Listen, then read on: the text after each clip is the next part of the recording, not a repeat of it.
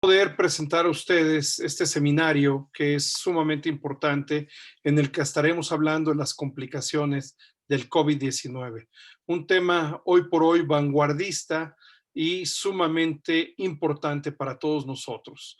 En esta ocasión nos acompaña la doctora Laura Hurtado de Argentina, hablando acerca de las complicaciones del COVID a nivel pulmonar, una conferencia maravillosa que nos ha preparado, y también nuestro querido amigo, el doctor Roberto Moncayo Cadena, expresidente de la Federación Latinoamericana de Sociedades de Ultrasonido, que hablará de las complicaciones que tenemos fundamentalmente a nivel vascular.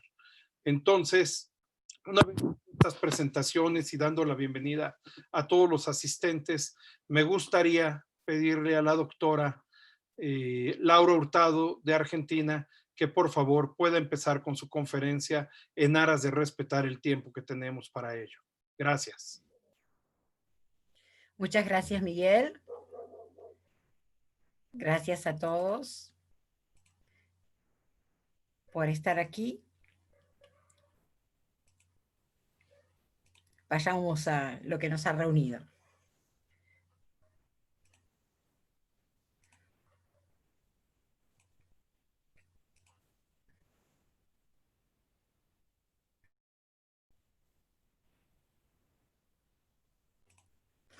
Siempre uno está esperando que no funcione, pero funciona. Me toca a mí hoy hablar de ecografía pulmonar en el contexto de esta pandemia de COVID-19 que estamos transitando. Ya sabemos todos que el diagnóstico de COVID se basa en el análisis PCR de muestras de vías respiratorias. Sin embargo, algunos test presentan una baja sensibilidad y pueden existir falsos negativos. Si vamos a lo que es diagnóstico por imágenes, sabemos que la tomografía computada es la que presenta una elevada sensibilidad para el diagnóstico de neumonía por COVID-19 y se considera el gold standard. Eso no ha cambiado ni cambiará. Pero el ultrasonido pulmonar tiene un gran papel en esto.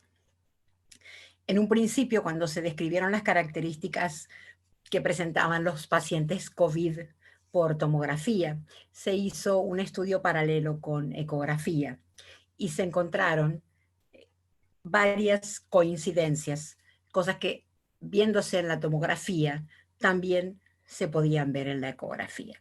Este es el primer trabajo que leímos en este año que ya está por terminar, que es hecho por el grupo de China, donde resaltó algunas de los hallazgos que se podían hacer por ecografía pulmonar. Ellos resaltaron una alteración pleural, líneas B en varios patrones, consolidaciones, vuelta a las líneas A durante la fase de recuperación y también consignaron que era raro encontrar derrame pleural. Un breve repaso de qué son las líneas B. Sabemos que la ecografía pulmonar es distinta al resto de la ecografía que hacemos en otros lados, que es una ecografía basada en artefactos, que tenemos las líneas A, que es la que nos marcan el pulmón aireado, que son líneas horizontales, paralelas a lo que es la línea pleural. La línea pleural es un artefacto, no es la pleura en sí.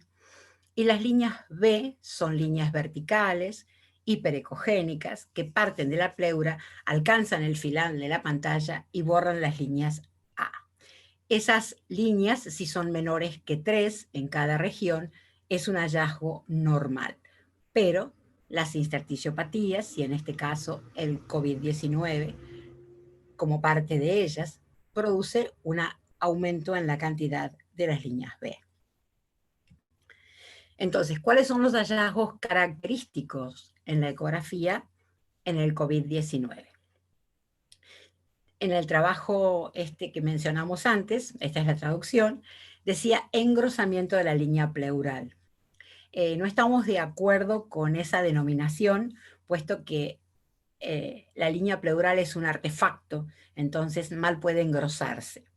O sea que hay una línea pleural que a veces puede verse un poquito más gruesa, pero eso no significa un engrosamiento de la pleura en sí.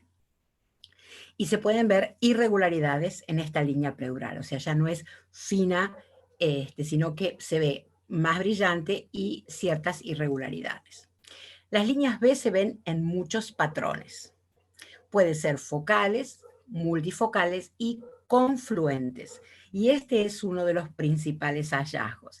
Las líneas B confluentes, que en los primeros trabajos en China se llamó signo de la cascada y que después fue descrito como light beam en un trabajo presentado por Volpicelli y Tomás Villén.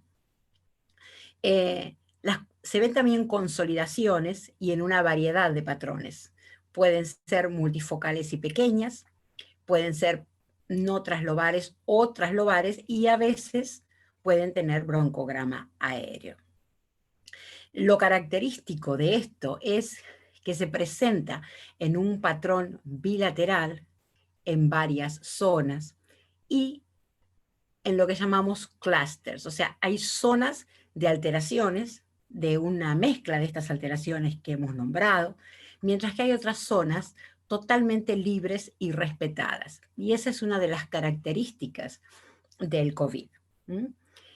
Durante la fase de recuperación vuelven las líneas A, que es el patrón normal, digamos, y es muy poco frecuente encontrar derrame pleural. Es importante estos hallazgos, que si bien son característicos, no son exclusivos del COVID. Por eso requiere de un gran trabajo de análisis, ¿verdad? Entonces, aquí tenemos el ejemplo, una tomografía normal, un patrón con líneas A en la ecografía. Esto es una ecografía de un pulmón normal si estuviéramos viendo aquí el deslizamiento. Esto tiene algunas opacidades en vidrio esmerilado en la tomografía que tienen su traducción en la ecografía. Aquí hay más líneas B coincidiendo con la tomografía. Esto que se ve aquí es una pequeña consolidación subpleural y esto ya es una consolidación lobar, que es cuando normalmente llamábamos la hepatización, cuando el pulmón se queda sin aire y tiene el aspecto de un órgano sólido. ¿Okay? Vamos transitando despacito. Entonces, el uso de la ecografía pulmonar en el contexto de esta pandemia. ¿Por qué se hace necesario usar la ecografía pulmonar? La mayoría de estas razones es las que siempre mencionamos. Porque es portable cada vez más, porque es rápido, porque se puede repetir, porque es relativamente fácil de aprender la técnica de la ecografía pulmonar comparado a las técnicas cuando uno tiene que explorar por ultrasonido otras partes del cuerpo. O sea, relativamente más fácil. Reduce la exposición a la radiación ionizante y reduce el riesgo de contagio al no tener que mover el paciente. O sea, este es el por qué conviene y deberíamos usarlo. ¿Cómo vamos a hacer la ecografía de pulmón?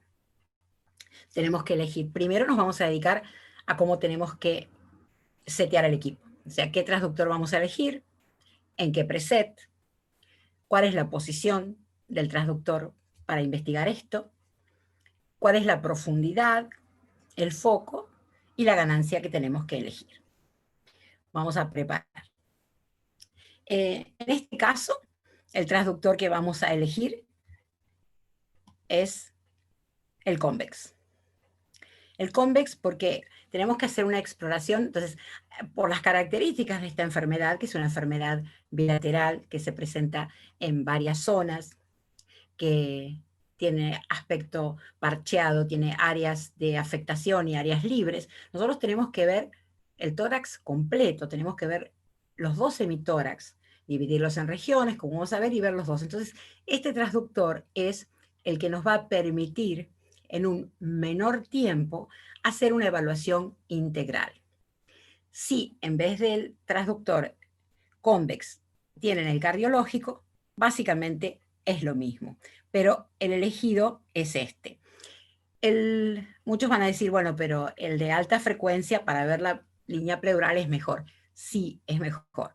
Pero en este contexto, donde uno trata de entrar con un equipo con el que pueda ver la mayor cantidad de cosas, trata de no contaminar muchas cosas, el ideal de elección es el convex, en su defecto, el cardiológico.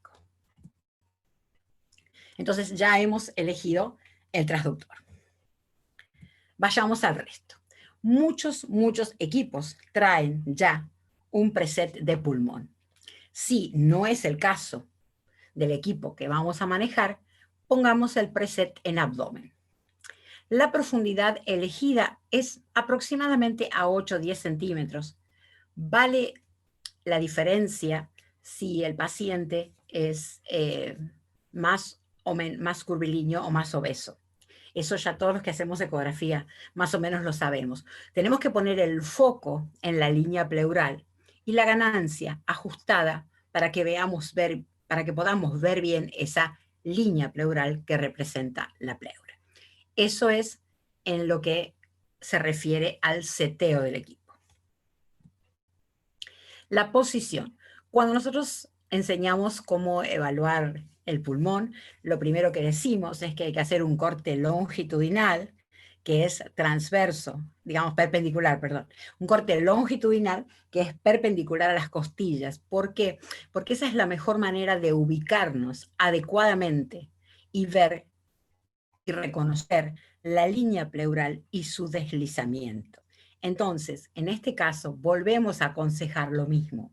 Empezar con un corte longitudinal que es perpendicular a las costillas, como lo indica este esquema, para después pasar al corte oblicuo intercostal, que es el que nos va a permitir ver o explorar una mayor área.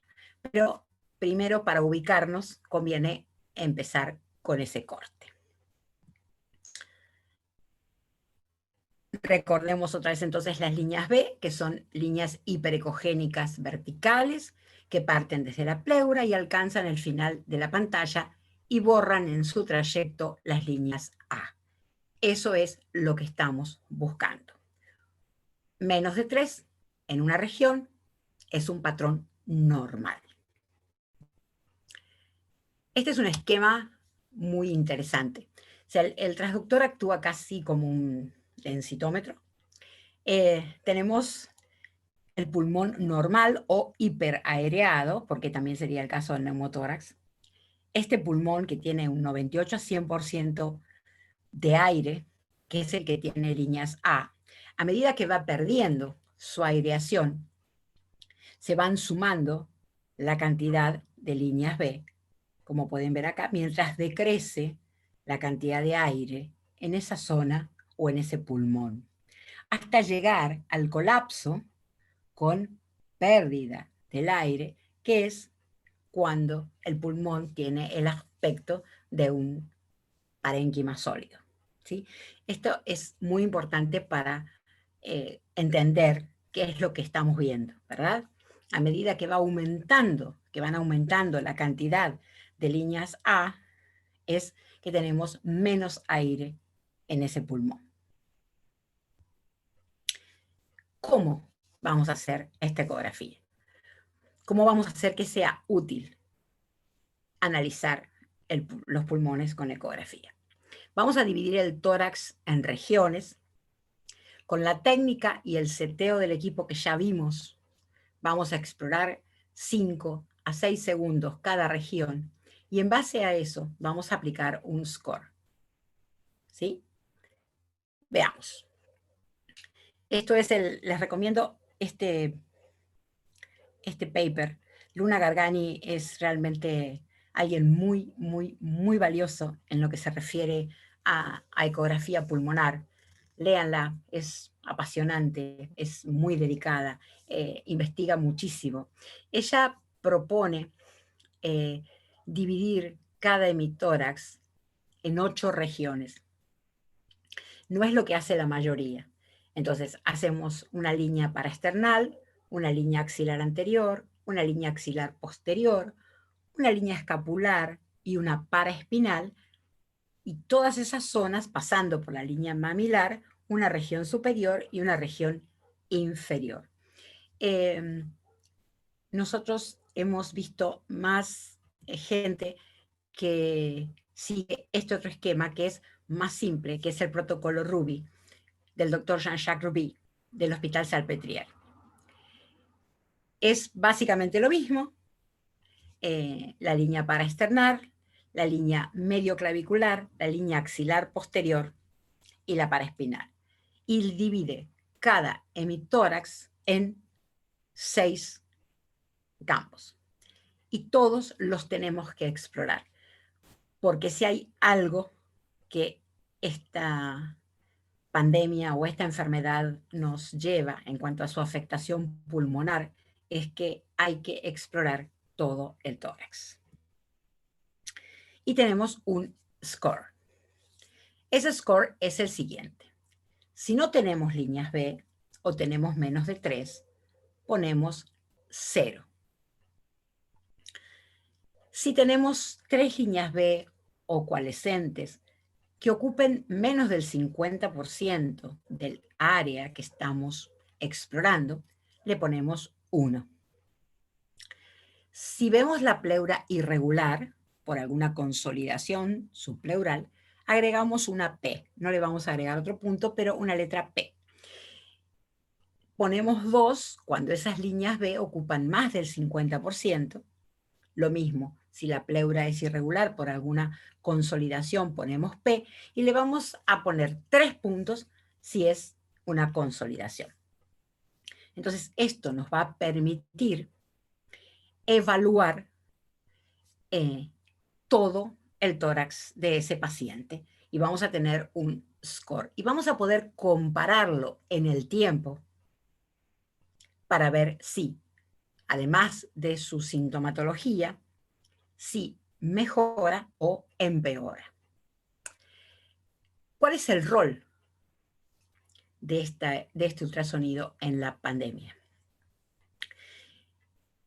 El rol que se le asigna o el que se le propone, porque todavía no están los estudios que comprueben si esto realmente es lo que más conviene, pero bueno, consultando a los expertos, se ve muy útil en el triage, o sea, en el departamento de emergencias, en la sala de clínica o en la unidad de cuidados intensivos. Entonces, el rol propuesto es el triage, la sospecha en el departamento de emergencia y pronóstico, monitoreo y evolución en el departamento de emergencia y en la unidad de cuidados intensivos. También el monitoreo del efecto de medidas terapéuticas. Por ejemplo, si hay consolidaciones posteriores y en la unidad de terapia intensiva el paciente se prona, saber si hay una reaireación de esas zonas. Y otra vez volvemos a lo mismo, reducir el número de profesionales de la salud expuestos, porque esto lo hace el mismo profesional que está tratando al paciente. En la página de Butterfly, ustedes saben que Butterfly es un handheld de lo que llamamos un transductor de los más portables que hay, que tiene como característica de no usar más cristales piezoeléctricos. En su página, el doctor Mike Stone hace una propuesta interesante de un protocolo que se basa en sugerencias de expertos, él mismo lo aclara, y aún tiene que validarse con pruebas futuras. Entonces, lo primero que tenemos es un paciente que llega a nuestra consulta. Puede llegar de 3 maneras.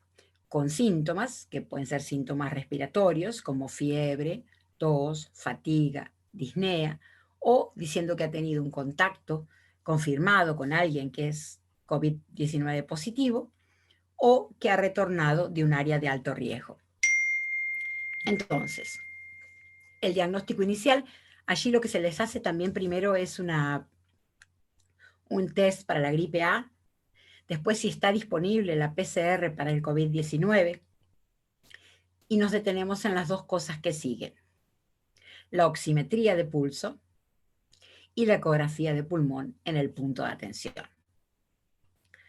Entonces, tenemos varias situaciones. Estas son las más comunes. Si el paciente no requiere oxígeno, o sea, su oximetría está bien, y en la ecografía de pulmón es normal, o sea, se ven solamente líneas A, la recomendación es quedarse en su casa y ponerse en cuarentena. Si su oximetría de pulso está bien, pero vemos líneas B, más de una zona, bilaterales, pueden ser aisladas o confluentes, las características que hemos dicho, va a ser lo mismo porque ese paciente no está con una dificultad respiratoria, pero se lo va a vigilar y a seguir más de cerca, porque impresiona como si tuviera una alteración pulmonar aún antes de tener síntomas, dificultad respiratoria. Entonces, en este periodo inicial, la evaluación con la ecografía pulmonar nos serviría para eso. Por el otro lado, tenemos los pacientes que requieren oxígeno, o sea que su oximetría de pulso no está bien. Si tienen líneas B, recuerden el cuadro que vimos. Depende de la cantidad, quiere decir que tienen más pérdida de aireación, hasta que llegamos a las consolidaciones. Entonces, esto va a depender de su score, de en cuántas regiones lo tiene, cómo es y sobre todo cómo se siente. Entonces, en estos casos se aconseja una ecografía pulmonar diaria de seguimiento. El doctor Stone ha puesto que conviene dedicar un ecógrafo exclusiva para cada persona. Bueno, nuestra realidad latinoamericana es que a veces no tenemos ni siquiera uno para toda el área COVID, pero ya sabemos por lo que estuvimos hablando el lunes pasado, la importancia de cubrir el equipo y de desinfectarlo adecuadamente. Si no nos va, digamos, nuestra disponibilidad no nos va a permitir disponer de un equipo para cada paciente o un equipo solamente para el área COVID. Siempre, siempre, siempre hay que relacionar los hallazgos con el cuadro clínico. Esto siempre. Y fundamentalmente con la oximetría de pulso. Porque estos pacientes sabemos que suelen caer rápidamente en una hipoxemia. Aquí tengo algunos videos que no son míos, que me han facilitado para que veamos, intentemos ver estas alteraciones. Esto es un corte longitudinal. Aquí tienen las costillas. Como yo les decía, para primero ver la línea pleural y saber que estoy bien. Porque fíjense que puede ser fácilmente poder confundirse con esta línea que tengo un poquito más arriba, que está en el plano muscular. Entonces nunca la voy a ver que se mueve, porque eso es una fascia. Entonces lo primero que tenemos que estar muy seguros es que identificamos bien la línea pleural. Entonces identificamos la línea pleural y vemos su deslizamiento. Después que identificamos eso, podemos pasar al corte oblicuo.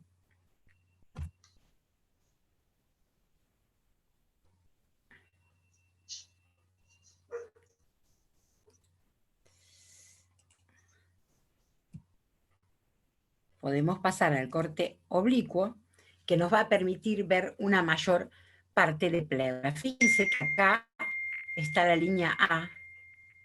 Estos son distintas líneas B agrupadas, coalescentes, pero cuando se corre esto, en un punto vemos el área que está indemne del pulmón, y eso es muy importante. Cuando nosotros vayamos a poner el score, vamos a poner siempre lo máximo que veamos en esa región. O sea, si yo veo una parte que está bien, pero en otra veo que tiene más del 50%, le voy a poner 2, ¿sí? Eso tiene que ser así.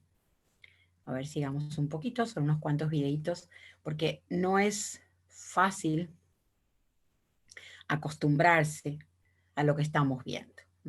Esto es la línea pleural. Ahí tienen lo que le llaman el light beam, en que parece como si se prendiera una luz y se apagara, porque con la respiración aparece la luz y se va. Esa era una buena imagen.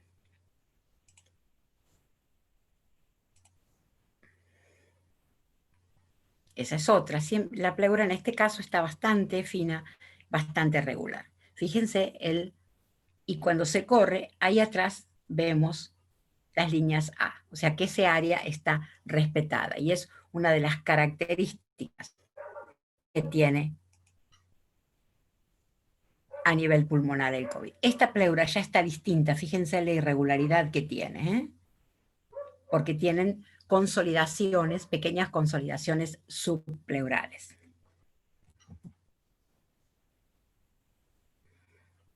Ahí se ve como fragmentada la línea pleural y vemos muchas líneas B.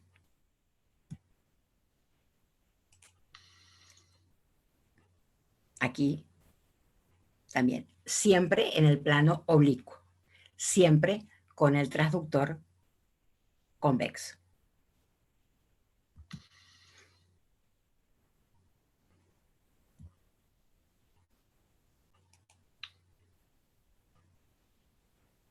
Esto es una consolidación subpleural. Cuando se corre, aquí están las líneas A. O sea que ese área está respetada. Ese es el concepto que tenemos que tener. Otra vez la misma, con la consolidación subpleural. Esto es un típico light beam. Esto es de la doctora Gargani, de su presentación, de su trabajo. Se ve muy bien el light beam. Esto es una consolidación subpleural. En el momento que vemos la consolidación, ahí vemos que la pleura está irregular y en ese lugar no la vamos a ver bien.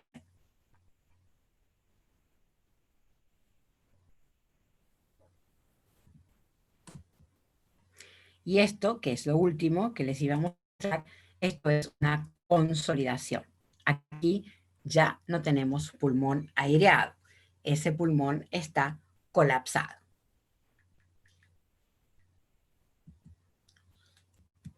Bueno, hasta aquí vamos bien con los hallazgos ecográficos y lo que tiene el pulmón. Pero al principio de esta pandemia, los doctores Gattinoni y Chiumelo describieron dos diferentes fenotipos, que primero pensaron que eran dos maneras de presentarse el COVID-19 y después vieron que esas dos tipos de presentación podían ser primero una y después la otra en un paciente. Pero ¿cuál es lo diferente de esto?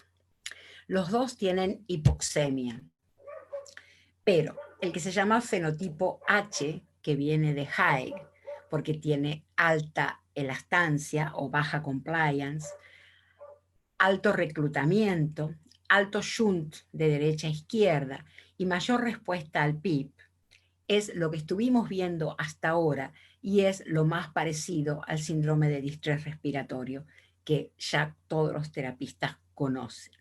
Por otro lado, tenemos el fenotipo L, que aparentemente es un problema en la perfusión, probablemente algún microtrombo o algo, porque el paciente tiene baja elastancia o alta compliance, tiene una baja relación ventilación-perfusión, bajo reclutamiento y una respuesta limitada al PIP. Pero, ¿cuál es la diferencia? Miren esta con ecografía.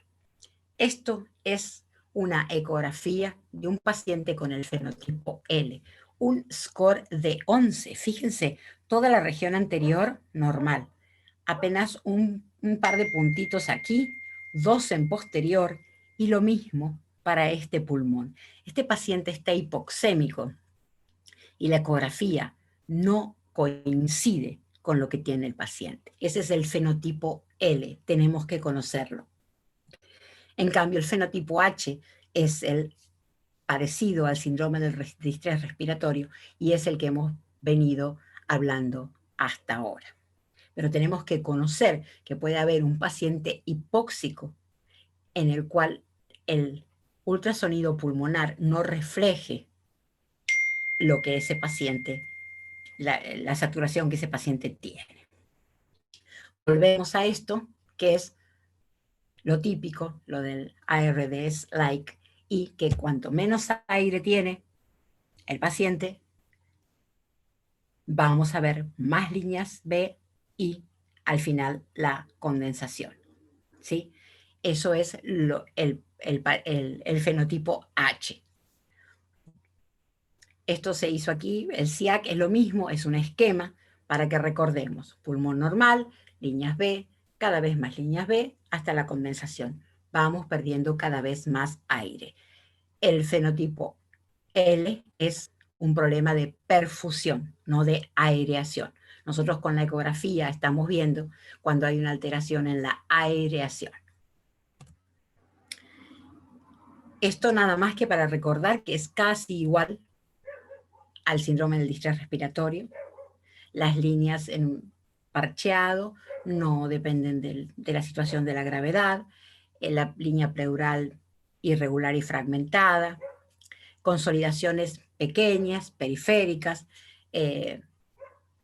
A veces en el COVID puede haber consolidaciones más grandes. En la RDS es raro, pero también, y generalmente no hay derrame, y si hay, es muy chiquito. Es casi un paralelo con el ARDS, pero estamos en contexto de pandemia.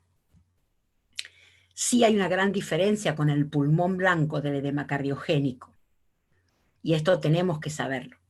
Este patrón es homogéneo. La distribución está relacionada con la gravedad, empieza atrás y se empieza a encharcar hacia adelante. No tiene áreas respetadas, la línea pleural es fina, irregular. Consolidaciones generalmente no hay, solo si hay derrame suele haber atelectasia por compresión. Pero esto es un pulmón blanco. Pero tenemos que saberlo para hacer el diagnóstico diferencial que en este contexto de pandemia también se puede ver. La neumonía bacteriana no presenta problemas, porque generalmente es unifocal, es lobar, suele tener un pequeño derrame pleural. Lo otro que nos puede presentar algún problema en el diagnóstico es, por ejemplo, la fibrosis pulmonar o cosas crónicas. Por eso hay que tener mucho cuidado. ¿Y entonces qué lugar le estamos dando a la ecografía de pulmón en esta pandemia? Por un lado, lo que dijimos, pero no debemos olvidarnos que siempre que hablamos estamos hablando de probabilidades. No hacemos diagnóstico de COVID-19 con ecografía. Tenemos alta probabilidad, este es un trabajo de Volpicelli y de Villén, y perdón, la muerte, que lo han presentado en el Intensive Care, que habla de alta probabilidad, intermedia y baja probabilidad. Y respeta un patrón alternativo, porque no nos debemos olvidar que va a venir gente con disnea o con alguna alteración y que la causa sea otra. O sea, cuando se presentan todo el patrón completo, tenemos con síntomas moderados o severos, tenemos alta probabilidad de que sea COVID. Cuando se presenta un patrón alternativo, tenemos que pensar en otra cosa. Cuando es un patrón intermedio, y bueno, vamos a tener que esperar o por la PCR o completar con tomografía. Y cuando tiene baja probabilidad, lo vamos a seguir viendo, pero probablemente tengamos que mandarlo a su casa. Eso es hasta ahora lo que se ha visto, pero es importante que digamos esto es alta probabilidad, que la mayoría de las veces, según dicen, termina siendo, pero que todavía no hay estudios suficientes para afirmarlo. ¿Cuáles son nuestras trampas? Escollos o fallas que podemos encontrar. Líneas Z. Las líneas Z, para alguien que no está muy experimentado, se pueden confundir con las líneas B. Son líneas verticales, pero son menos ecogénicas que la línea pleural, están mal definidas, son cortas, no llegan hasta el fondo, se desvanecen, no borran las líneas A y no se mueven con los movimientos respiratorios. O sea, cuidado cuando evaluamos la zona del pulmón, que lo que estemos viendo sean, como en los ejemplos, las líneas B y no las líneas Z. Recordar que hay otras causas de líneas B múltiples, que son las que repasamos. Nos queda la contusión pulmonar, que bueno, la historia del paciente nos lo va a decir. ¿Cuáles son las desventajas de la ecografía? Que si hay una patología en la profundidad del pulmón, la ecografía no la va a ver. La ecografía solamente ve aquello que está en contacto con la pleura parietal, porque es una ecografía basada en artefactos. No se ve el pulmón, no se, el rayo, el haz de ultrasonido no incide en el pulmón y ve lo que hay adentro. Solamente ve lo que está en la superficie. Es altamente dependiente del operador. El operador tiene que tener entrenamiento y experiencia. En el medio de este contexto estamos con pocos datos basados en evidencia y siempre tenemos que tener en claro que cuidado con la propagación de la enfermedad, ponerlo dentro de las desventajas. ¿Por qué? Porque al decir como conclusión que no es para novatos, a todos nos ha pasado que nos llaman y dicen, me dicen que la ecografía de pulmón es fantástica para el COVID, ¿cómo puedo hacer? ¿Dónde leo para empezar a hacer? No, por favor. Requiere experiencia, requiere, como toda exploración de point of care, la pregunta. La pregunta que yo me hago para ir a ver ese pulmón es, ¿este paciente tiene compromiso pulmonar? ¿Sí o no? ¿Y cuál es ese grado? Entonces, si yo puedo responder eso con la experiencia, lo voy a hacer. Y también hacer el examen si el resultado va a impactar en el tratamiento de ese paciente. Y por favor, recordar la protección personal porque estamos en una pandemia. Entonces ahora, y para terminar, ¿cuál es el mensaje? Estudiar. Tenemos que ver la teoría. Nos tenemos que entrenar, porque esto es una especialidad teórico-práctica. Ese entrenamiento tiene que ser con un coach. No puedo yo mirar videos y después sola tratar de ver si lo que hice está bien o no. Necesito alguien que me diga si eso está bien o no, no está bien. Y es nuestro deber luchar porque haya una certificación, porque no solamente los conocimientos, sino las habilidades tienen que estar certificadas para que podamos hacerlo muchísimo mejor. Muchas gracias. Perdón por los minutos de más, Miguel. Gracias. Está silenciado tu micrófono, Miguel. Perdón. Sí, no te preocupes, Laura. Creo que realmente ha sido muy, muy didáctica tu presentación. Fue muy interesante. Hablaste de algunos puntos que al menos yo ya había tenido oportunidad de escucharla antes y no había terminado de comprender bien. Verdaderamente fue muy, muy buena. Te lo agradecemos muchísimo. Y quiero invitar a todos los participantes a que si desean hacer alguna pregunta para la doctora Laura Hurtado, nos la escriban en el chat y así nosotros podemos expresársela al final de la siguiente conferencia que está a cargo de nuestro querido amigo el doctor Roberto Moncayo Cadena, del que ya hemos hablado, expresidente de FLAUS, otro gran colaborador de esta fuerza de trabajo de APCA Intelios para América Latina, junto con la doctora Laura Hurtado, y que en esta ocasión nos hablará de todo lo que son las complicaciones del COVID a nivel vascular, fundamentalmente la trombosis, que de manera tan importante se presenta ante esta afectación de tipo sistémico. Entonces, vamos a cederle los micrófonos al doctor Roberto Moncayo, el que nos comparta su pantalla y el que podamos iniciar con él. Muchísimas gracias, Laura. En un rato más regresamos contigo.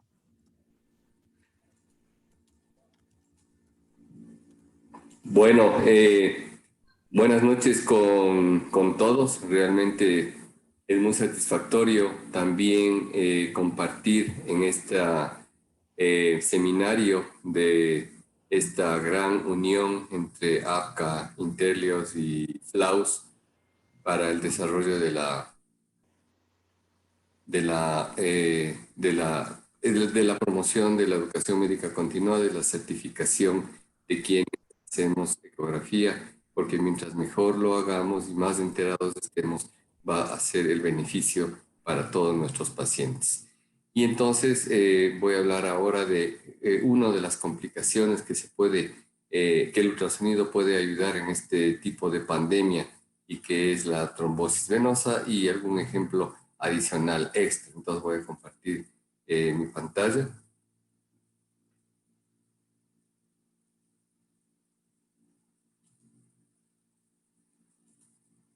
Estás en pantalla, amigo, te estamos viendo. Perfecto. Ahí está tu presentación ya. Muy bien. Bueno, entonces, en este simposio voy a hablar del tema de la trombosis venosa profunda, que es una de las tantas complicaciones que presenta este virus en esta pandemia, y que la ecografía nos podría y ayudar a hacer este tipo de diagnóstico. Si bien los ejemplos que veremos no son hechos en pacientes con COVID, pero sí así es como se vería. Haremos una revisión anatómica muy rápida, y dentro de lo que conviene y concierne en esta charla, voy a hablar del sistema venoso superficial y profundo y algo del sistema valvular únicamente, sin hablar del resto de cosas porque no es motivo de esta charla. Entonces, como una revisión anatómica a nivel del pie, tobillo y pantorrilla, es importante únicamente mencionar de las venas musculares, ya que son las que van también a estar afectadas en este tipo de pandemia, especialmente en lo que a trombosis se refiere. A nivel del muslo, sabemos todos que ya una vez que pasamos la pantorrilla viene la poplite, que se unirá con la femoral, puesta con la profunda, formarán la vena femoral común, a su vez drenará hacia la ilíaca externa, que se unirá con la interna, formarán la común y a su vez irán hacia la vena cava inferior. El sistema venoso superficial, realmente no voy a mencionar nada de pequeñas a nivel de los pies, sino únicamente de la marginal interna y externa, que dan origen a las venas safenas, que estas sí tienen importancia. Y de la vena safena mayor, indicaré que es la continuación de la marginal interna, que pasa por delante del maleo interno y desemboca en la vena femoral común por intermedio de la unión safeno-femoral, antes llamado callado. Y tiene afluentes a nivel de la pantorrilla y del muslo. No describiré eso porque tampoco es tema de la charla. Y luego la vena safena menor, antes llamada parva, que es la continuación de la marginal externa, que pasa por debajo y por atrás del maléolo externo y desemboca en la poplite. También tiene sus afluentes a nivel del tobillo, uno que otro afluente desde de la pierna, y también a nivel de su desembocadura a nivel de la poplite. Y a nivel de la unión safeno-femoral también hay algunas venas que drenan hacia esta zona, pero no es motivo de la charla. Hay muchísima literatura y muchos trabajos al respecto de este año y del año anterior al respecto de las complicaciones de esta pandemia, y una de ellas, de las más importantes, es justamente la hipercoagulabilidad, la trombosis intravascular y trombocitosis asociada a esta enfermedad por COVID-19. Entonces, un resumen muy rápido es que la tormenta de citoquinas, que creo que todos sabemos y hemos oído esta frase en esta pandemia. Activa a macrófagos, monocitos, células dendríticas y endoteliales y produce cambios en la producción de hierro y por eso aumenta la ferritina, que podría ser una de las causas de la coagulación intravascular diseminada, que produce daño tisular a nivel de la capa interna de las venas, que active el factor 7, desencadena coagulación sistémica con una fase inicial trombótica y que luego podría ser inclusive hemorrágica. En este otro trabajo, que es solamente el resumen para entender de lo que vamos a hablar, la trombosis venosa es una de las complicaciones frecuentes, especialmente en pacientes críticos y también en pacientes con cuadros más leves. Generalmente, pues, se produce por el exceso de mediadores inflamatorios tipo citoquinas que interactúan con las plaquetas y proteínas de la coagulación y desequilibran el sistema que controla la coagulación sanguínea. Además, otro factor es la falta de movilidad pacientes, que producen un remanso sanguíneo disminuyendo la circulación, que de por sí produciría ya la posibilidad de trombosis, y además el daño endotelial que produce el virus, produciendo trombosis venosa y tromboembolismo pulmonar consecuente a la trombosis venosa proveniente especialmente de las extremidades inferiores. Entonces, así es como veríamos a nivel del muslo la arteria femoral superficial y la vena femoral en la parte superior del muslo, permeables y de naturaleza, de características normales. Aquí tenemos un ejemplo de la unión de la vena profunda con la vena femoral, que van a unir a formar la vena femoral común y también la arteria correspondiente. Y si nos vamos más distalmente, porque naturalmente nuestro trabajo y nuestra función es el hacerlo desde la zona inguinal en sentido distal en toda la pierna, vamos a ir en el muslo en la parte distal y así como vamos a ver la arteria superior, anterior y la vena posterior, en este caso de características normales, y un ejemplo práctico de cómo veríamos la pulsatilidad de la vena y el flujo la pulsatilidad arterial y el flujo venoso, en este caso de características normales. Luego pasamos a la vena, a la zona poplítica. Aquí se invierte la ubicación entre la vena y la arteria porque ya estamos viéndole desde la parte posterior de la rodilla. Es decir, si el paciente estaba de cúbito ventral, ahora está en decúbito dorsal y así viceversa. Por eso es que se invierten. Y así es como veríamos una vena de características normales, una vena poplítea sin ningún problema. Entonces, a nivel del muslo, veríamos la arteria delante de la vena y a nivel de la fosa poplitea, como estamos examinando desde atrás, se invierte y por eso la vena se torna anterior en relación a la arteria poplitea. Y luego nos vamos un poco más distalmente hacia la pantorrilla, en que tenemos que examinar las posteriores, las peroneas y también las anteriores.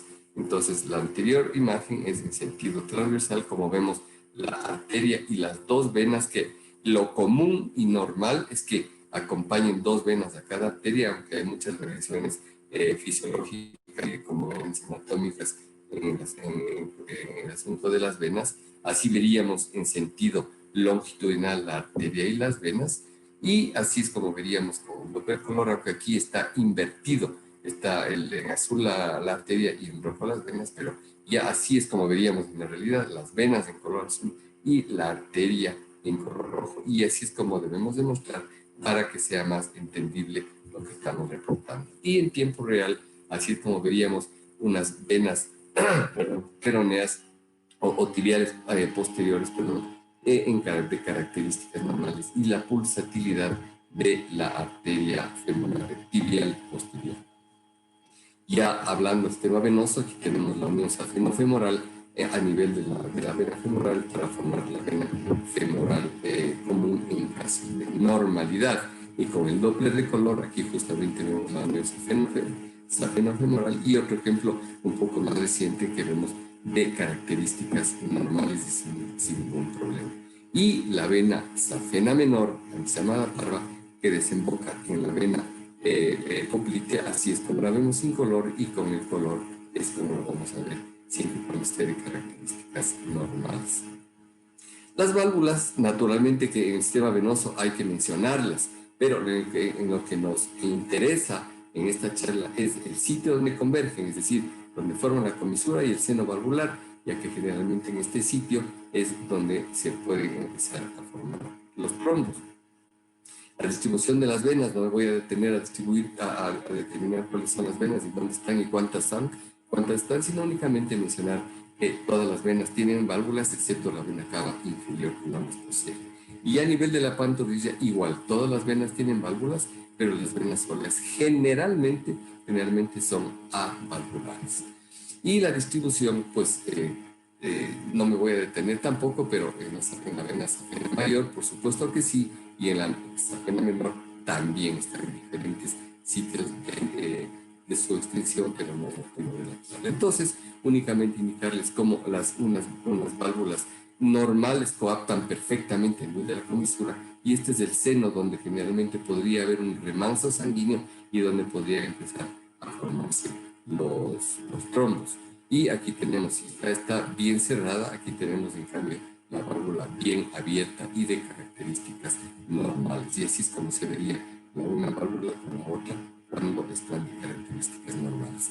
No me voy a detener a hablar del sistema venoso perforante, pero solamente indicar que también es parte del sistema venoso que debemos analizar, pero no es realmente la parte importante, pero sí mencionaré algún ejemplo al respecto. Entonces, el sistema venoso perforante también tiene sus válvulas. Y ahora pasamos ya al análisis propiamente de las venas. Entonces, ¿cuáles son las características ecográficas de las venas? La primera, la compresibilidad. Son de pared muy delgadita y es muy fácil comprimirlas, y si van a comprimir 100% si están normales. Las paredes son delgadas de las venas en relación a las paredes de las arterias que son más rígidas. El flujo es espontáneo, es un flujo básico, no es pulsátil como el de las arterias. Hay mínimos cambios de diámetro venoso con la respiración y cambios más importantes y más evidentes cuando hacemos maniobra de Valsalva, y aumento del flujo en el sitio que estamos examinando si es que hacemos una compresión distal a la región que estamos examinando. Entonces, fíjense aquí, venas completamente normales, venas superficiales que se comprimen perfectamente, quiere decir que no hay trombos y que están normales. Otro ejemplo de una vena ya un poco más profunda, que con la compresión del transductor lo vemos muy fácil cómo se comprime, a diferencia de la arteria que no se comprime y dentro de características normales. Igual cuando hacemos maniobra de Valsalva, fíjense cómo una vena puede aumentar su calibre, y esto es algo normal que podríamos ver dentro de las características de normalidad del sistema venoso. Igualmente, el flujo es fásico, no es pulsátil, y cuando hacemos con movimientos respiratorios podemos ver cómo el flujo y viene, digamos, aparece y desaparece, luego aparece y desaparece, y concuerda con el flujo fásico, con el registro Doppler y dentro de la normalidad. Si nosotros hacemos compresión distal en el sitio que estamos viendo, vamos a ver cómo la sangre sube por la vena, y por eso se pintan estas características cada que hacemos una compresión distal, que nos va a servir para hacer el análisis ya de la permeabilidad de las venas. ¿Cuáles son los factores de riesgo de la enfermedad venosa? Los están viendo ustedes ahí: la obesidad, sedentarismo, trabajo de pies muy sentado por largos periodos, prendas de vestir muy ajustadas, especialmente a nivel abdominal e inguinal, exposición excesiva al calor, estreñimiento crónico, el embarazo, como hay que mencionarlo, aunque no es tan frecuente, y antecedentes familiares y más con el sexo femenino. Y por supuesto, lo que nos interesa en esta charla, que es justamente la pandemia por este virus SARS-CoV-2 que estamos mencionando en esta charla. Entonces, las indicaciones del Doppler color en enfermedad venosa es básicamente, en lo que nos interesa en esta charla, es el diagnóstico de trombosis venosa profunda. Sin embargo, pues hay otras indicaciones para el estudio del sistema venoso profundo. Y respecto a la trombosis venosa, diremos que cuando hay una trombosis ya vamos a ver el coágulo, la vena ya no es compresible, hay una ausencia de cambios de diámetro venoso cuando pedimos hacer una maniobra de Valsalva, y los hallazgos Doppler son: había una ausencia de flujo Doppler color y espectral en el sitio de la trombosis, y un registro Doppler espectral continuo y no fásico cuando la trombosis es de un segmento venoso proximal y estamos examinando en el segmento distal, ya que no permite la obstrucción que el flujo sea fásico y pase normalmente. Entonces, de trombosis tenemos la trombosis aguda, que es la que más vamos a tomar en cuenta en el proceso de esta enfermedad, ya que son cuadros agudos, pero naturalmente ya sabemos que estamos ya más o menos un año en este proceso de la infección y vamos a describir algo de la trombosis aguda y luego por completar únicamente la trombosis crónica. Entonces la trombosis aguda es la que se produce dentro de unos 3 días y el trombo será de baja ecogenicidad, es decir, es un trombo hipoecogénico o anecogénico, ausencia de disminución de la compresibilidad, ya no es compresible la vena, hay distensión y aumento de diámetro de la vena que está afectada por el trombo. El trombo flotante, si lo vemos, va a tener un potencial embolígeno importantísimo y el espectro Doppler y flujo color van a estar naturalmente alterados. Y también van a aparecer colaterales cuando hay una vena trombosa. La trombosis subaguda ya es después de la aguda, ya de varias semanas de duración que puede pasar ya a la fase crónica. El trombo va a ser fibroso con aumento de ecogenicidad. Si antes era hipocogénico, ahora va a ser ya un poco más ecogénico. Hay retracción y adherencia del trombo a la pared venosa, formando, y si hay un trombo flotante, podría incluso adherirse. Hay una regresión del diámetro de la vena, es decir, de normal pasa a ser de menor calibre.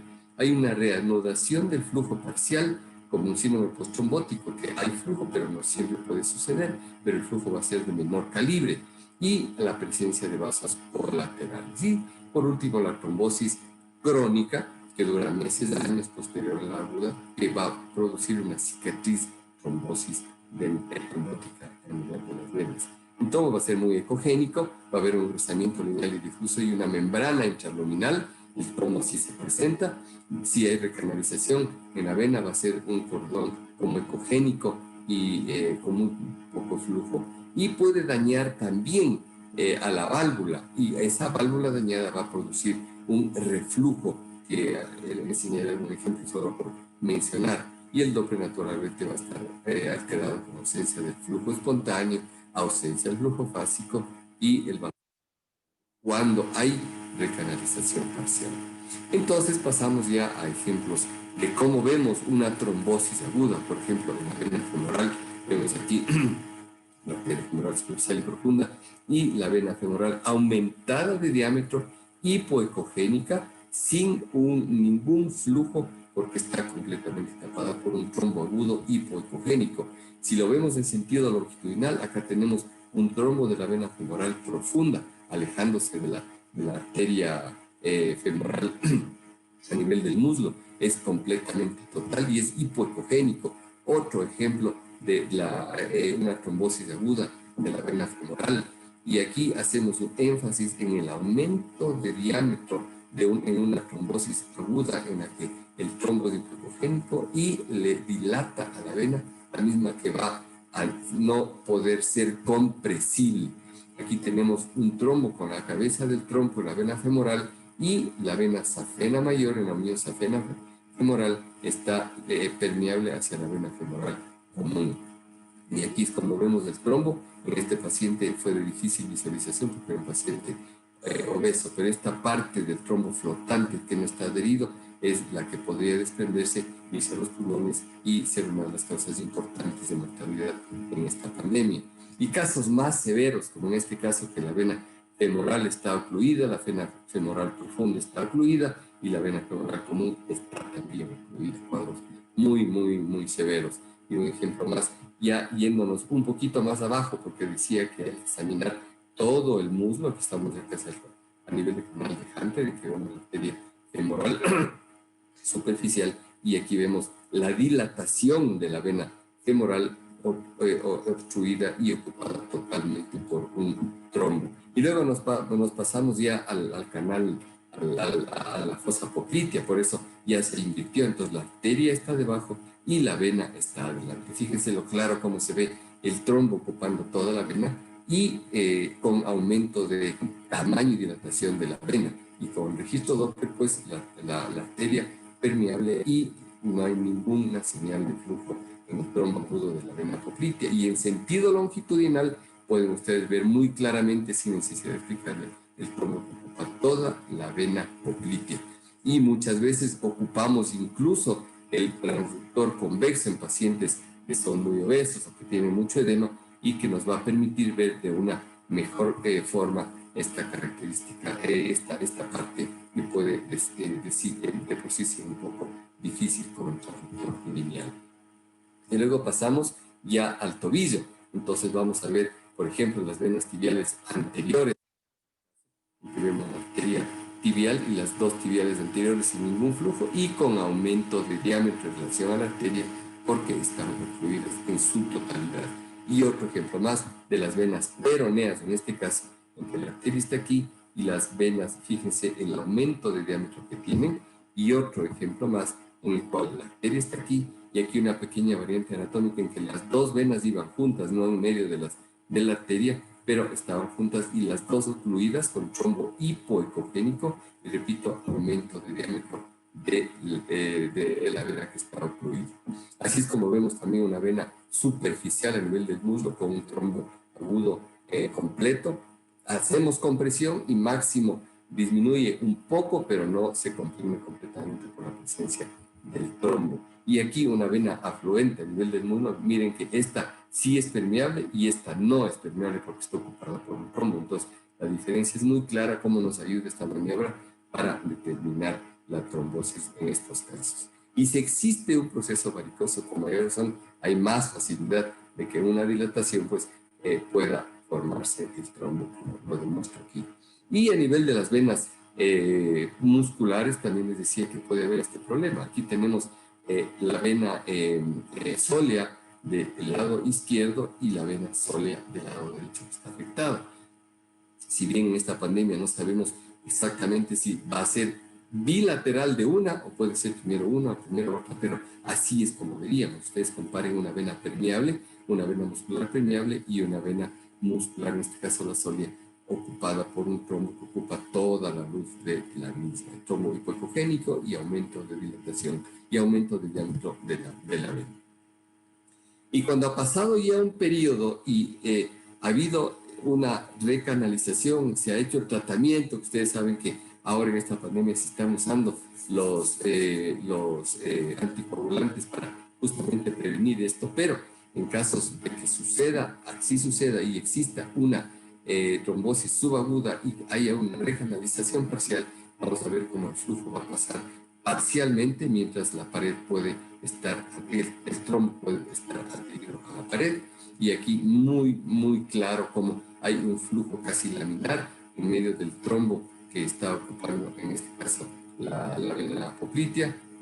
Y casos de trombosis crónica, solo por mencionar, ya que esto naturalmente, estos no son de pacientes COVID, ya que yo no atiendo pacientes COVID, pero en la charla había que demostrar, es un trombo ya ecogénico, es un trombo más duro, podríamos decir, más rígido, y si es que no hay compresión distal, no veremos casi nada de flujo, pero si hacemos una compresión distal, fíjense que va a haber un poquito, cuando existe un poco de flujo parcial y laminar en algún segmento por donde hace algo de sangre, y fíjense el trombo del color y la ecogenicidad que es cuando es una trombosis de tipo crónica. Y aquí otro ejemplo más de un trombo crónico y el flujo disminuido y de tipo tortuoso en los casos de trombosis crónica.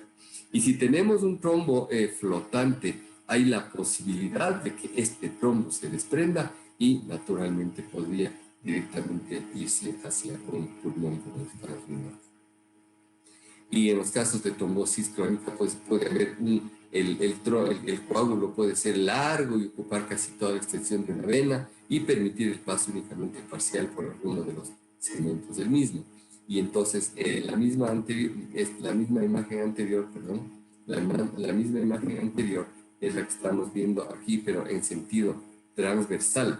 Y al hacer compresión distal, vemos que sí pasa flujo en este segmento y el trombo está ocupando la pared anterior. Entonces fíjense en tiempo real cómo lo vemos, y aquí como este trombo alargado como a manera de un fideo dentro de la vena es un trombo ya ecogénico y por una trombosis ya de tipo crónico. Igual venas tortuosas podrían también trombosarse, como en este caso, también la vena safena mayor en este caso, en casos ya de procesos crónicos. Y esto no solamente que sucedería a nivel del miembro inferior, como en este caso que estamos viendo una trombosis a nivel de las ilíacas, ¿no? Aquí está la arteria ilíaca y la vena ilíaca.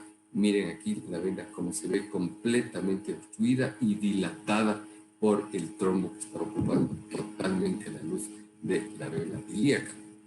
Y aquí otro paciente del cual hay una prácticamente normal, la vena ilíaca externa del lado izquierdo, y aquí apenas se ve algo de paso de flujo por la ilíaca contralateral del lado derecho. Entonces, pues, como les decía, puede haber un daño valvular, y así es como se podría ver ese flujo turbulento que produce con maniobra de Valsalva o en posición o en posición de pies o con la tos, que las válvulas se dañan, ya no coaptan bien, y va a haber un reflujo venoso. Aquí justamente estamos viendo con el Doppler de color, y fíjense que aquí ya existe un trombo en esta vena, como estamos viendo. Y entonces aquí vemos lo mismo por el daño valvular, como la sangre, en vez de fluir para arriba con maniobra de Valsalva, se regresa hacia abajo, o con la tos o con algún maniobra de Valsalva. Y vemos aquí como incluso se pintaría en azul, es decir, estaría subiendo estaría la sangre subiendo, pero cuando hacemos que haga maniobra de Valsalva a una compresión distal, se va a pintar de diferente color, como lo vemos acá. Y si es una persona que de por sí ya tiene venas, varices, con mayor razón va a presentar problemas varicosos. Si bien no necesariamente es lo que sucede en la infección que estamos hablando, pero les estoy presentando algo que empeorar el cuadro ante esta pandemia, si es que existen estas dilataciones varicosas que empeorarían el cuadro de la posibilidad de trombosis. Y de las perforantes no voy a hablar realmente, excepto decirles que puede haber insuficiencia, incompetencia de estas venas, si lo vemos como se pinta de azul y rojo, porque no es competente. El flujo debería ser únicamente desde la superficie hacia la parte profunda, pero aquí vemos que va en los dos sentidos, porque es incompetente. Y por último, podrían también trombosarse, como en este caso, en el cual al tener el Doppler color vemos que no hay ningún registro de flujo a nivel de esta vena comunicante trombosada. Y el efecto después de esto va a ser justamente el edema, que se va a acompañar en el tejido celular subcutáneo, y que lo podemos ver con vistas panorámicas muy clara y muy demostrativamente, como les enseño en estos casos de pacientes no con COVID, sino que tienen problemas de trombosis y de insuficiencia venosa muy, muy, muy severas. Y antesito de terminar ya esta charla, para ajustarme al tiempo, les voy a enseñar un par de casos porque este problema y esta enfermedad realmente es multiorgánica, y el problema trombótico está descrito en literatura de que se produce trombosis en multiórganos, a nivel del riñón, a nivel del hígado, a nivel de los pulmones, a nivel de las piernas, etc. Entonces les voy a enseñar aquí un ejemplo justamente aquí de una trombosis de la vena mesentérica, en esta parte de aquí, antes de unirse con la vena esplénica y formar la vena porta, que todos lo sabemos. Entonces aquí tenemos el páncreas y la vena esplénica, cambia de color porque así es el efecto del Doppler color, pero fíjense aquí que está ya la vena femoral superficial, la vena mesentérica superior, que estaría ya uniéndose a la vena esplénica para formar la porta, no se pinta absolutamente de color. Y si lo vemos un poquito oblicuo para tratar de ubicar la vena, miren, aquí está el trombo en la vena mesentérica superior, mientras que la esplénica está permeable, y desde aquí ya tendría la vena porta. Otro ejemplo más, el flujo de la vena porta y la vena mesentérica superior ocluida completamente. Y para reconfirmar lo que acabo de decir, lo que les veo aquí, sin Doppler de color, el trombo de la vena mesentérica y con doble color, la permeabilidad acá y acá sin flujo en absoluto. Y muchas veces vemos también otro caso más de un trombo en la vena mesentérica superior, y podría no solo estar a nivel de la vena mesentérica superior, sino que de ahí incluso migrar y pasar hacia la vena porta. Naturalmente todos sabemos que estos cuadros se pueden producir por múltiples causas, por infecciones abdominales, infecciones generalizadas, peritonitis postquirúrgica, a causas postquirúrgicas, traumáticas, etcétera, pero únicamente para enseñarles de aquí qué puede suceder. Entonces aquí tenemos una vena porta completamente permeable con su flujo básico de características normales, y así es como veríamos lo normal cuando la imagen está congelada. Y cuando hay trombosis, miren como aquí está la vena porta con coágulos en el interior de la misma y pasando apenas un flujo muy, muy lento por esta trombosis. Y un caso más de una trombosis de la vena porta, únicamente por mencionar algo más de lo que se puede encontrar en este cuadro de trombosis multiorgánica en la enfermedad de esta pandemia de SARS-CoV-2 y del COVID, en este tipo de pandemia.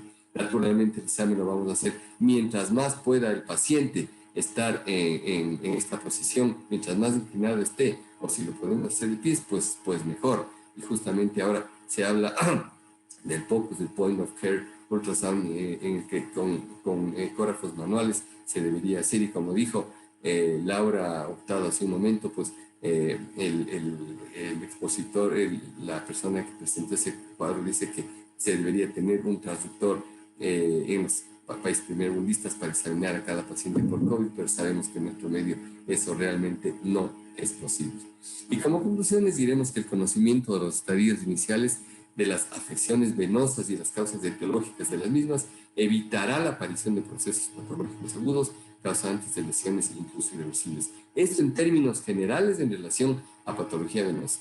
La sonografía es actualmente un método de diagnóstico muy confiable, no agresivo, de bajo costo, que debe ser usado ampliamente en el diagnóstico de la patología del sistema venoso y en el seguimiento de las mismas para ver cuándo hay ya signos de mejoría, naturalmente que es operador dependiente.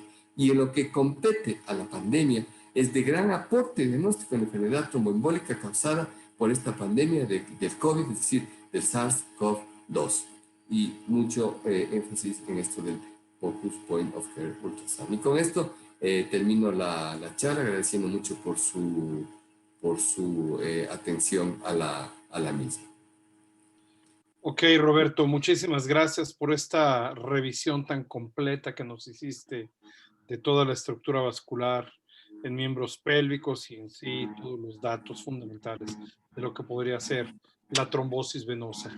Invito a todos, si desean hacer alguna pregunta para nuestros amigos. Laura, ojalá puedas abrir tu cámara y tu micrófono, porque existe una pregunta para ti. Aunque me he dado cuenta que ya se la contestaste en petit comité a nuestro amigo Fernando Gil de Argentina, compatriota tuyo, al que saludamos por ahí, la voy a repetir para todos. Creo que la resolviste. Cuando él preguntó, lanzó la pregunta, posteriormente tú en la presentación diste la respuesta. Pero la voy a hacer para todos. Las líneas B coalescentes son las que justifican el llamado pulmón blanco. Laura. Sí, una de las características de la enfermedad por COVID es una afectación parcheada. Entonces, coexisten áreas afectadas con áreas respetadas. Entonces, por eso es importante la diferencia con el real pulmón blanco, que generalmente es el edema cardiogénico, que es mucho más homogéneo. En cambio, en el COVID, que es más parecido al síndrome del distrés, está el fenómeno que se llama el haz de luz, o que los chinos definieron como cascada, porque son líneas B coalescentes, pero cuando esas líneas B se corren con la respiración, atrás aparece una parte de pulmón sano. Entonces nunca es todo el pulmón blanco, sino que coexisten áreas afectadas con áreas respetadas.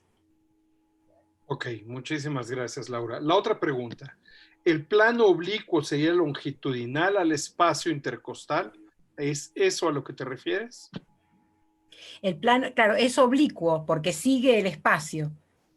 O sea, primero para orientarse es importante hacer el corte longitudinal, que es perpendicular a las costillas. Entonces ahí vemos las dos costillas y sabemos seguros que esa es la línea pleural y que tiene deslizamiento. Y después giramos el transductor y nos ponemos en consonancia con el espacio intercostal, que siempre es oblicuo. Ok, muchísimas gracias, Laura. No, por favor. Y Roberto, te preguntan si es recomendable realizar estudios de ecografía de trombosis profunda a todos los pacientes que presentan hipoxemia a consecuencia del COVID-19. ¿Cuál sería tu opinión al respecto? No pude escuchar lo que dijiste a todos los pacientes que presentan, ¿qué cosa? ¿Es recomendable realizar estudios para evaluar trombosis profunda en todos los pacientes que presentan hipoxemia a consecuencia de COVID-19? Yo también tengo un poco de turbio el sonido cuando tú hablas. No sé si me estás escuchando bien. Sí, sí, ahora te escuché muy bien. Ok, Bueno, considero que se debería hacer en un paciente que esté enfermo, que salió positivo, que tiene energía, que a lo mejor ya está con alguna alteración de la saturación. Y yo pienso que es importante el hacer el estudio para poder descartar la posibilidad de que esté formando trombos a nivel de las piernas, ya que eso podría ser de un factor pronóstico malo si está formando ya trombos, o a lo mejor el factor no es bueno el que no tenga trombos, y el pronóstico sería más favorable a ese paciente que tendría la hipoxemia. ok, amigo, gracias. Para Laura, otra vez. ¿Hay alguna correlación ecográfica entre los niveles de hipoxemia? O sea, ¿puede un paciente desaturado ya tener hallazgos ecográficos? Perdón, ¿puede un paciente que no esté desaturado tener ya algunos hallazgos ecográficos? Sí, sí, sí. Generalmente, eh, por eso es importante el seguimiento, por eso es importante el score, porque nosotros generalmente alcanzamos a ver, siempre hablando del fenotipo H, que es por aireación, no el que tiene problema de perfusión, porque ese no nos va a dar.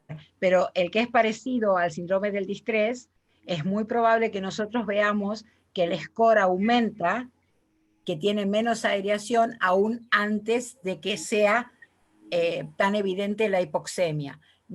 Justo al revés con el fenotipo L, que es por un problema de perfusión, y la ecografía dice muy poco y el paciente está muy hipoxémico precisamente por los fenómenos trombóticos. Ok. Pregunta el doctor Manuel Acuña. ¿Cuál es el patrón retículo nodular para ti, Laura? A ver si me aclara un poquito, Manuel.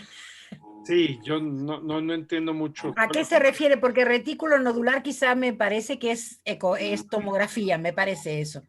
Esto es todo ecografía.